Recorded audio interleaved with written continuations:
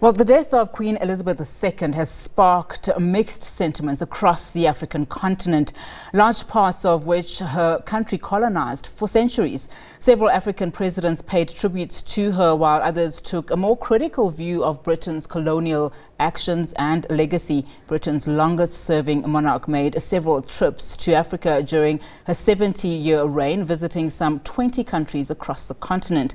Now let's look at Queen Elizabeth's legacy in Africa. We're now joined on the line by Africa analyst, Advocate Sipho Mantula. Advocate Mantula, thank you so much for your time. Now, Queen Elizabeth's death, as we've said, elicits mixed emotions in many African countries, with some going as far as saying that colonized countries are not obligated to grieve their oppressors. How should the continent remember her? Cincinnati, Jumbo Africa to the viewers of SA Today. I think, like you have said, there are mixed emotions after the passing of Her Majesty. But the African continent, I think, how should we remember her? Most of them, some of them are elders now. They will remember her visit. But the young generation of today will want to learn what legacy did she leave, or what did the British monarchy leave in the African continent. We can start from Libya, where he made her first visit to Libya, going to Accra, going to Addis Ababa, coming to Lesotho. Almost every key member state of the OAU she was able to visit. But how should Africa remember her? I think the issue that we have just hinted, the remains of neo-colonialism. I will say that because we cannot talk about colonialism in the 21st century. We should be talking about what are the push and the pull factors of neo-colonialism. But her remembrance again will be around the role that she might have played on the issue of Commonwealth, because it seems every TV channel and every analyst wanted to raise that bar of the Commonwealth. Now, we talk about a complex relationship, well, a complex legacy that she's leaving.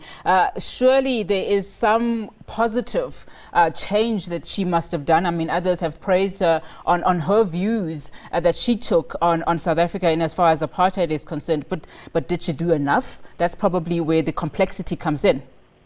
No, correctly, but let's jump beyond South Africa. I know it might be Azania focus, but let's look at the neighboring South Africa, Zimbabwe. I mean, she has left Zimbabwe with pangs of pain.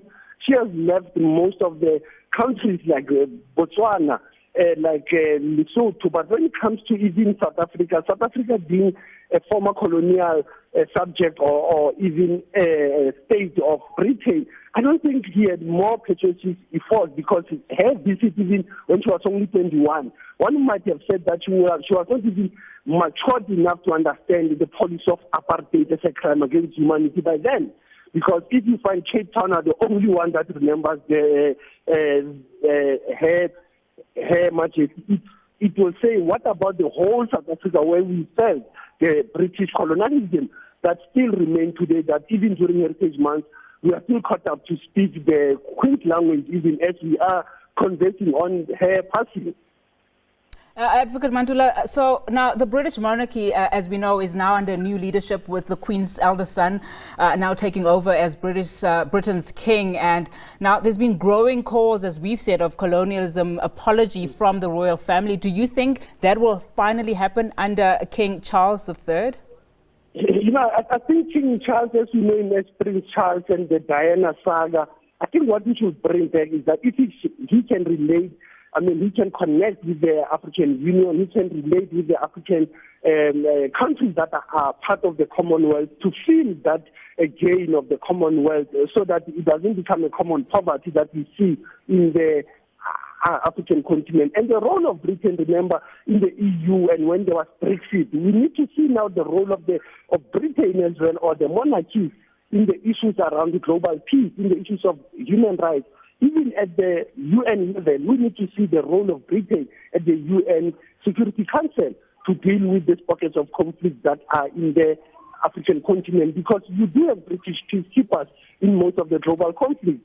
So we need to understand that the role of Prince Charles or King Charles they said now it will be to connect with even the African kings and queens, because the issue of meeting only the heads of state must come to pass now, that there must be this issue of reviving what then is the role of this institution called the monarchy, because already when you go to London, there is questions around, is the monarchy still relevant?